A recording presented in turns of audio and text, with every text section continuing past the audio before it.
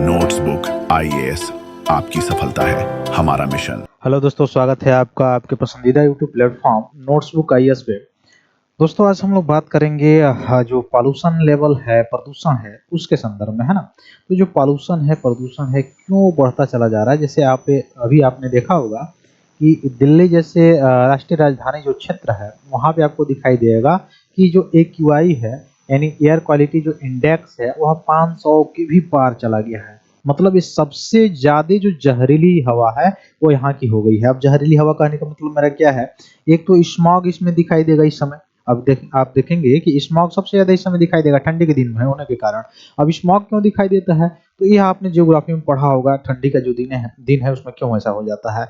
दूसरा चीज की जो AQI है, एयर क्वालिटी इंडेक्स है, वह 500 के पार चला गया है। कारण क्या है इसका, तो ये 500 के पार जो चला गया है AQI, उसका मुख्य 3 कारण बताए जाते हैं।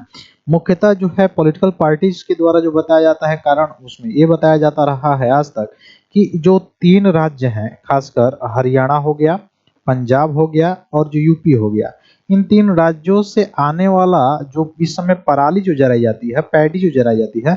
आप समझ रहे होंगे पैडी क्या होता है ना।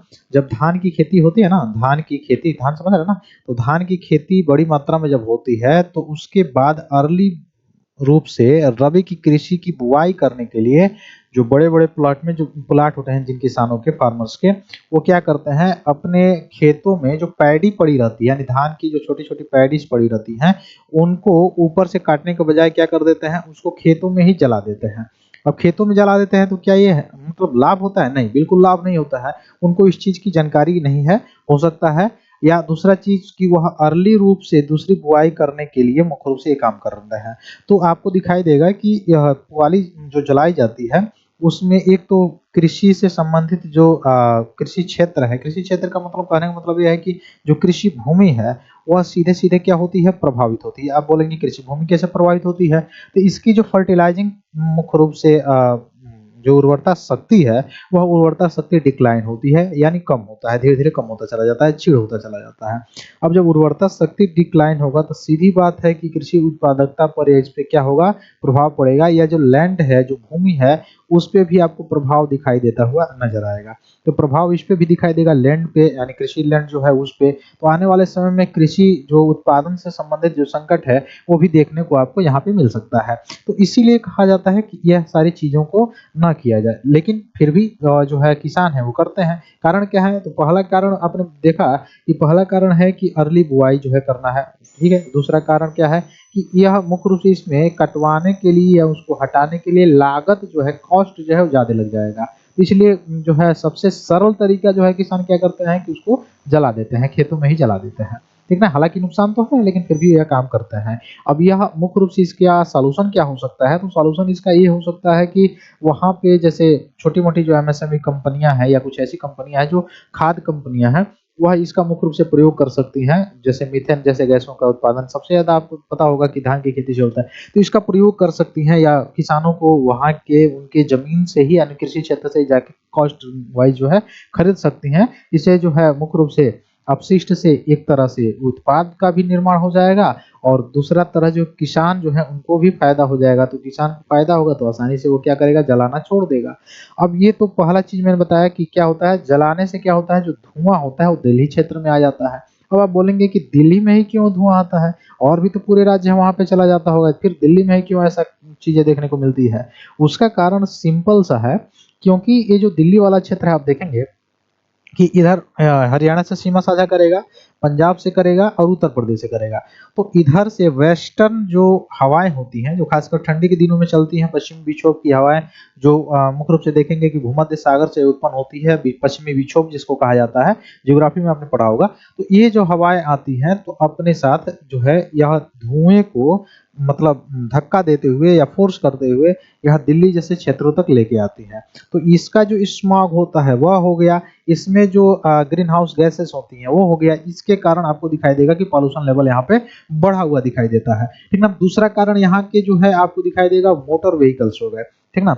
यानी जो जैविक ईंधन पे आधारित जो मोटर व्हीकल्स हैं, वह भी मुख्य कारण हो सकते हैं। और कैसे हो सकते हैं, जो जैविक जो ईंधन पे आधारित जो मोटर व्हीकल्स हैं वह कारण कैसे हो सकते हैं, तो उसमें आपको दिखाई देगा कि जैव ईंधन का प्रयोग किया जाता है और बड़ी मात्रा में राष्ट्रीय राजधानी क्षेत्र में आपको दिखाई देगा कि मतलब एक तरह से जो लाइफ कहा जाता है वह प्राइवेट गाड़ियों का या निजी गाड़ियां जो है वह ज्यादा मात्रा में है, तो ज्यादा मात्रा में और एक तरह से आपको दिखाई देगा डेंसिटी के मामले में भी सबसे ज्यादा है।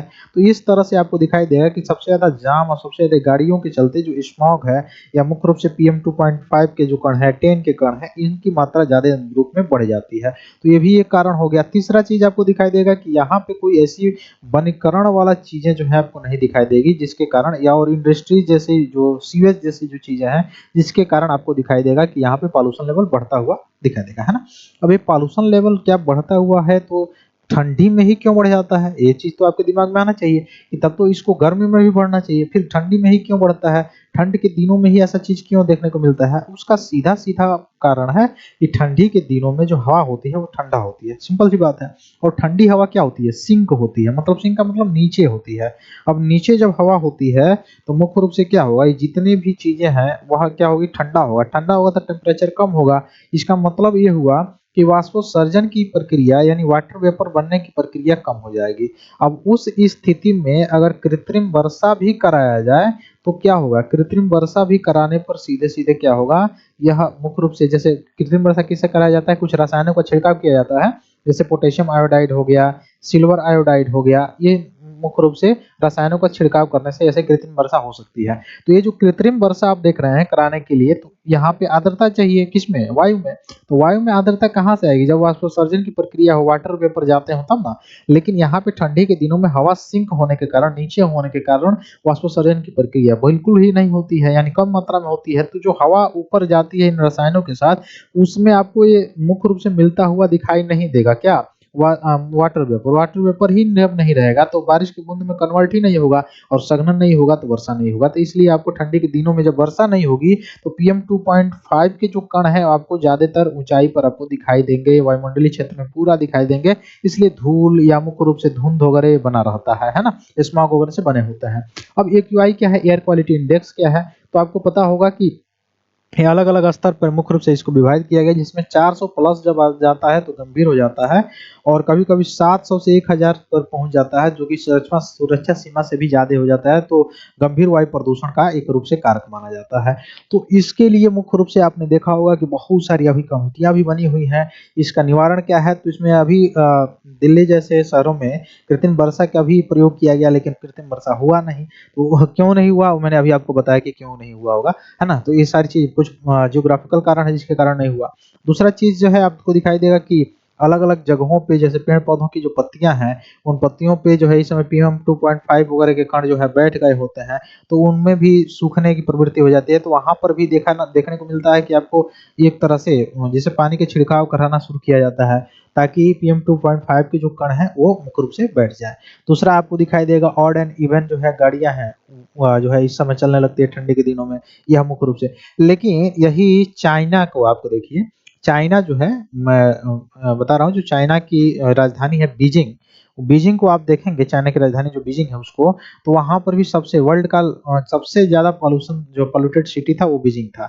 लेकिन उसने बहुत ही जल्दी मात्रा में कंट्रोल कर लिया, कैसे, जो परिवहन है, ट्रांसपोर्टेशन है, उसमें भी आपने देखा वहां पे कि हरित यानी ग्रीन जो हाइड्रोजन है या हरित रूप से जो नवीकरणीय ऊर्जा है उससे पूरा जो है ट्रांसपोर्टेशन शुरू कर दिया या लगाना शुरू कर दिया। जैसे दिल्ली में जैसे शहरों में मेट्रो हो गया या फिर से जो बसेस हो गए ट्रांसपोर्टेशन के लिए जो ग्रीन मुख्य रूप से चलती हैं, इलेक्ट्रिक बसें हो गई, उनकी ज्यादा मात्रा में परिवहन करना, ये सभी चीजें जो है जिससे सॉल्यूशन का मुख्य रूप से कार्य हो सकता है। और अगर मतलब ब्रॉड लेवल पर देखा जाए सबसे ज्यादा दिनों में अगर मतलब इसका सॉल्यूशन करना हो तो सबसे ज्यादा दिनों में मुख्य रूप से क्या किया जा सकता है, तो सबसे ज्यादा दिनों में आपको देखना होगा पेड़ों का जो है ज्यादा मात्रा में लगाना, उनका संरक्षण करना। देखिए पेड़ का लगाना ही सबसे बड़ी बात नहीं है, बल्कि उनका संरक्षण करके उसको बढ़ाना ये सबसे बड़ा कंसर्न है। और साथ ही साथ लाइफ स्टाइल जो चेंजिंग ऑफ लाइफ स्टाइल है, जो इस लाइफ को अपनाया गया था वह भी सबसे बड़ा कंसर्न है, उसको भी अपनाने से बहुत सारी चीजें सुधर सकती हैं। आगे बढ़ने से पहले मैं बता दूं कि अगर आप नोट्सबुक आईएएस से संबंधित जो है मुख्य रूप से अगर आप बीपीएससी से संबंधित या मेंस से संबंधित बीपीएससी के आप तैयारी करने वाले हैं या बीपीएससी मेंस देने वाले हैं, तो नोट्सबुक आईएएस जो है आपके लिए जो है मेंस रिगार्डिंग जो है मेंटरशिप प्रोग्राम लॉन्च किया हुआ है।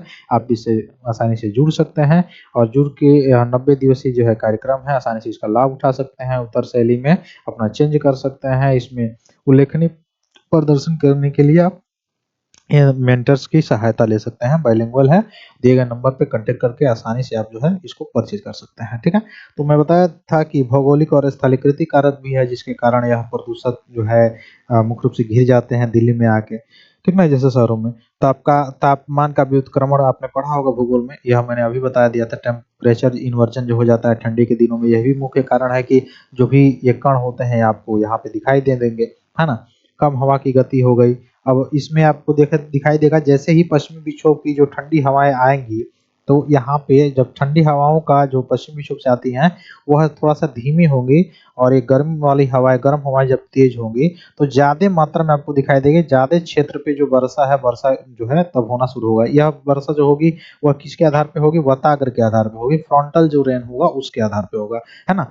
तो ये सब चीजें जब शुरू होंगी तब जाके अंततः आपको दिखाई देगा कि वो सारी मतलब वर्षा होना शुरू होगा, ठीक ना। तो वर्षा होने के लिए ये सारी चीजें तो पहले आवश्यक है कि फ्रंटल रेन होगा तो एक तरफ से जो ठंडी हवा है अगर आ रही है और ठंडी हवा और एक तरफ से गर्म हवा आ रही है, तो गर्म हवा जब ज्यादा प्रभावी होगी, ज्यादा मात्रा में इसका प्रभाव होगा, तभी जाके ज्यादा एरिया में क्या हो सकता है?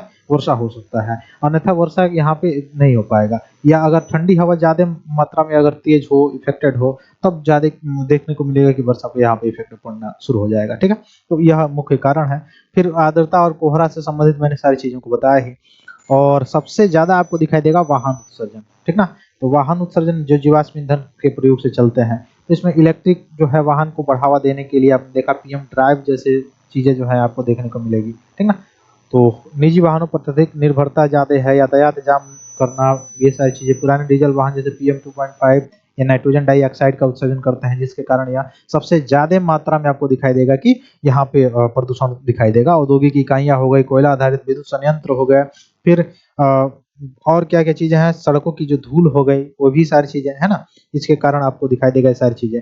और पड़ोसी राज्यों में जो पराली जलाया जाता है, मैंने अभी आपको बताया, अपशिष्ट जलाना हो गया, बायोमास का उपयोग करना, ये सारी चीजें हैं। या तीव्र शहरीकरण हो गया, जनसंख्या का दबाव हो गया, इसके कारण भी आपको दिखाई देगा कि यह मतलब पॉल्यूशन का लेवल जो है वो बढ़ता हुआ दिखाई देगा। तो इससे बहुत सारी चुनौतियां हैं। जैसे चुनौतियां क्या क्या हो सकती हैं? जैसे आपको हेल्थ कंसर्न भी हो सकता है, ठीक ना।